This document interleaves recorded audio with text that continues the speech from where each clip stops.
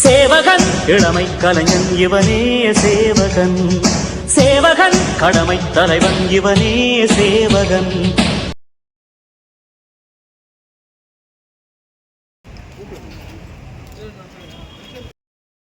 பெருந்தலைவரை பற்றி அவங்களுடைய எண்ணமே இராது. பெருந்தலைவரை நேசிக்கக்கூடியவர்கள் லட்சக்கணக்கானவர்கள். எந்த கட்சி அந்த கட்சி இல்லை, திமுகவா இருந்தாலும் சரி, எந்ததான் சரி. எங்களுடைய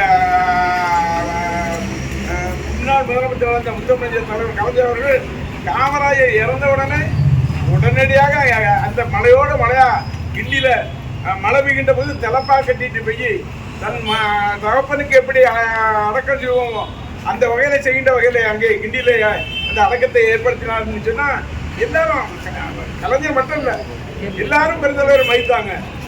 அந்த தலைவர் கொள்கை தலைவராக காமராஜர் அறிவித்திருக்கிற முதலமைச்சர் பெருமாநதிக்கு இந்த இல்லத்தில் வருவாரா? அப்படி வருவாரா? நீங்க பத்திரிக்கையாளர் ஏதாவது பேட்டி கேட்டா இருப்ப சொல்லுவாரா? இன்னைக்கு சட்டமன்றத்தில் பேசியிருக்காரு, எழுதி வச்சு சட்டமன்றத்தில் எழுதி வச்சு பேசியிருக்காருன்னு பாருங்க. சாதாரணமா சொல்லிட்டாரு, உங்க அப்பாவை காணுங்கிற மாதிரி பேசுறாருன்னு சொன்னா இவரு காணாம போறதுக்கு எவ்வளவு நாள் ஆகும்? இவர் என்ன பெரிய தியாகம் பண்ணிட்டு முதலமைச்சர் வந்துட்டாரா?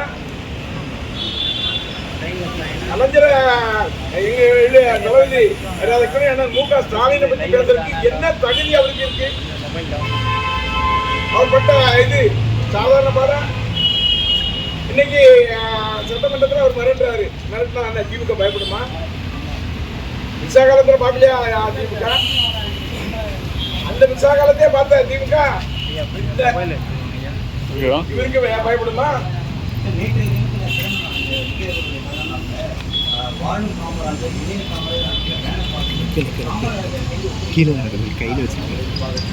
காமராஜருக்கு பேரை சீரழிக்கிறாங்க. பெருந்தலைவர் காமராஜருக்கு நேரம் தலைவர்கள் யாரும் இல்லை, யாரும் ஒப்பிட முடியாது. இன்னைக்கு குறிப்பாக சொல்ல வேண்டும், முத்தமிழ் தலைவர் கலைஞர் அவர்கள் இந்த ஏழை மக்களுடைய உயர்வு, ஏழை மக்களுடைய கல்வி, ஏழை மக்களுடைய பொருளாதாரம் இதெல்லாம் உயர்றதுக்கு பாடுபட்டாரு. அதுபோல பெருந்தலைவர் காமராஜர் கிராமத்தில் இருக்கின்ற மக்கள் கண்டிப்பாக படிக்கணும். அவங்க ஆரம்ப பாடசாலையில் படித்து அவங்க வளரணுங்கிற வகையில் நினைத்த கல்விக்கு கண் தந்தவர் பெருந்தலைவர் காமராஜர்.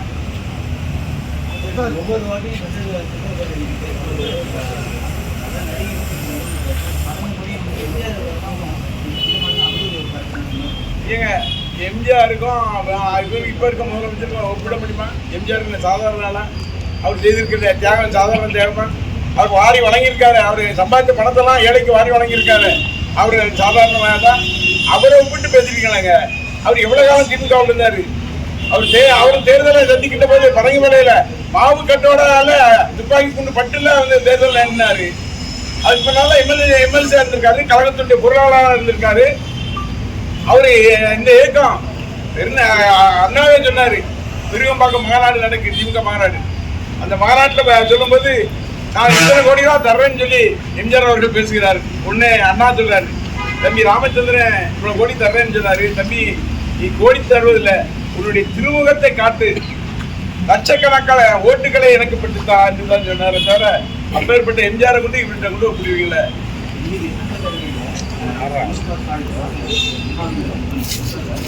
Hey.